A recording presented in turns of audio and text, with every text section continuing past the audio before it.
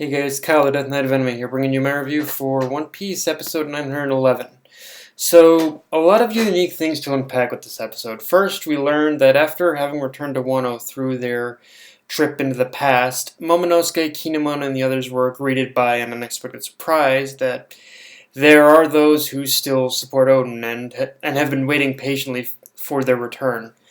Now, the thing to talk about here is that we established now that the allies of Odin can be identified by the crescent moon tattoo on their ankles, and yeah, that's part of it that seems all too easy because there is a definite part of this to where you got a question as to whether or not Orochi and Kaido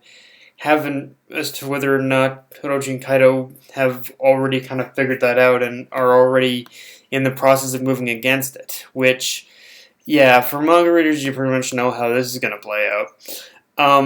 Now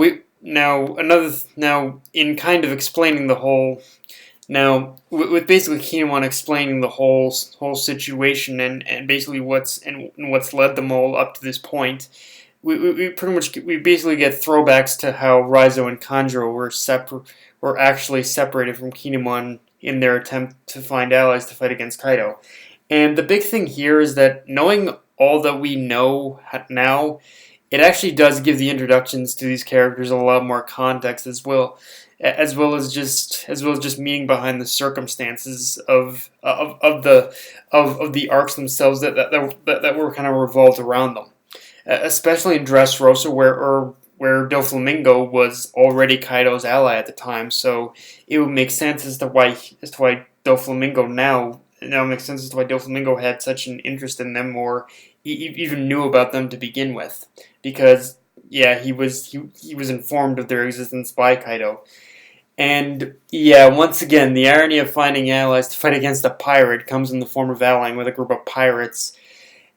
Again, you really just have to love the irony of One Piece sometimes. It's palpable. It really is entertainingly palpable. Like, whoa, so you're fighting a pirate, but you're allying with pirates. You just gotta love that. You really do. And I think can we just kind of establish right here and now that, like, we've gotten so long in order to get to know Luffy that through all of Kinemon's talk about formulating a plan, remaining inconspicuous, and laying low, how much you want to bet Luffy was barely listening to any of that. And at first impulse, he's going to screw everything over. Yeah, me too.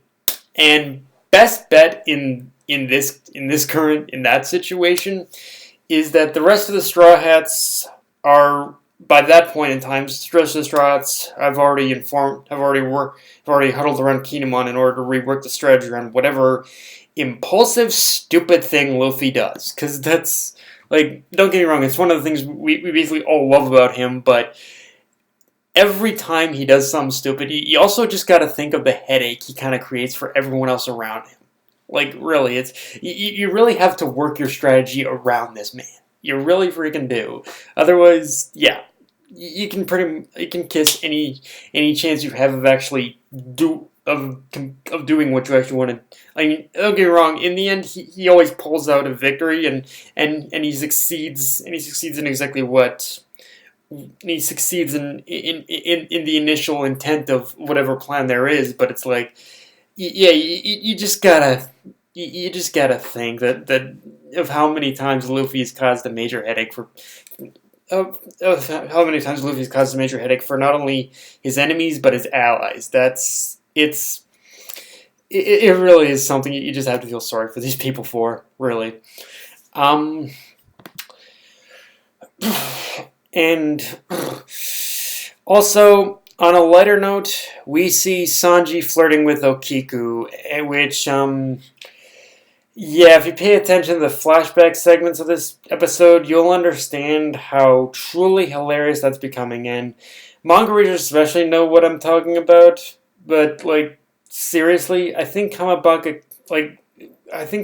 Kingdom kind of screwed up Sanji's, like, whole sensory abilities, but through that, we basically but through that whole little dialogue, we also get the reveal that Osuru is actually Kinemon's wife. And looking back as a manga reader really makes you realize how much she's both mellowed out yet remain the same when you kind of compare and contrast how it is that basically Kinemon and how Kinemon and how long Kinemon and Suru have actually known each other to basically how they are now. It's yeah, it's kind of interesting in that regard. Um, now, now we also get in first introduction to the Kunoichi Shinobu, and yeah, it's a funny introduction, especially seeing Sanji clearly having flashbacks to Enies Levy and Granny Kokoro, but it shows that of how things are starting to come together with the alliance, and how the forces already have how easily how easily the forces are growing. But again, I say that again, this is coming together way too easily. That there is gonna have to be a hitch here in some way, and it is going to. You can guarantee it is going to come when we finally get introduced to Orochi, because yeah, because it makes me realize. Because yeah, looking back, it makes me realize how that Orochi, he's when you get the first introduction to Orochi, it's going to be one of those things where it's not going to be what you expect,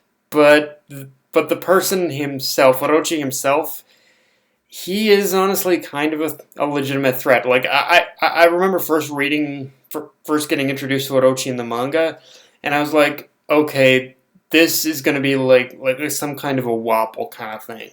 He's going to be like the Wapple of this arc, and in in some respects he is, but he's a lot more tactical. You'll find that Orochi does you'll find that while Orochi does have a lot of physical similarities to Wapple, he's far from being like as dumb as Wapple, that's for sure.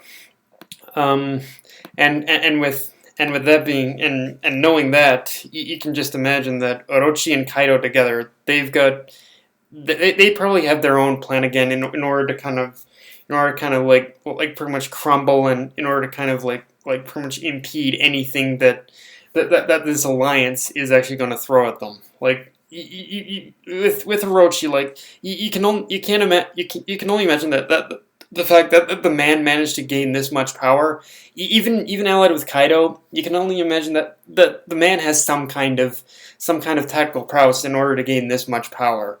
It just is that it's just that kind of a situation, really. And but yeah, um, now.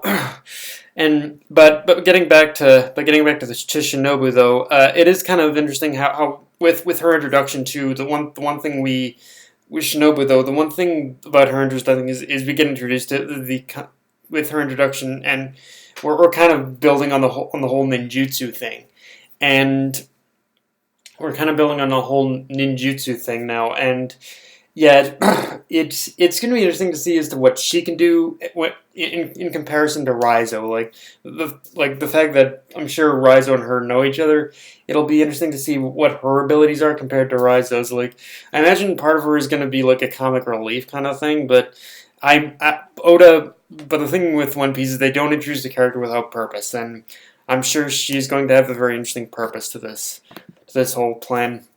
Um, now. The thing with this episode too is that at the end of it, Kinemon also reveals that while also laying low, that they basically want the Straw Hats in order to look out and kind of like recruit three people: Ashina Doji, Kawamatsu, and Denjiro. And honestly, even in the manga, Denjiro is the one out of those three characters that is the biggest mystery. And Oda's, like, the thing is, when it comes to Denjiro, Oda has barely given us anything to work off with him as to who Denjiro could be. I mean, he's given us hints, clues, and possibly even misdirections as to who and where Denjiro is, but yeah, the mystery of Denjiro has been a pretty damn tight-lipped secret. So it's gonna be interesting. So yeah, when we do finally get introduced to Denjiro, I'm like, what's up? Like, I have a feeling Oda's gonna mind blow us even more than we think, honestly. But yeah, guys, that's my review. If you enjoyed the video, like, comment, subscribe. I'm on Twitter, Facebook, and Crunchyroll. Dead Night of Anime, signing off. Later, guys.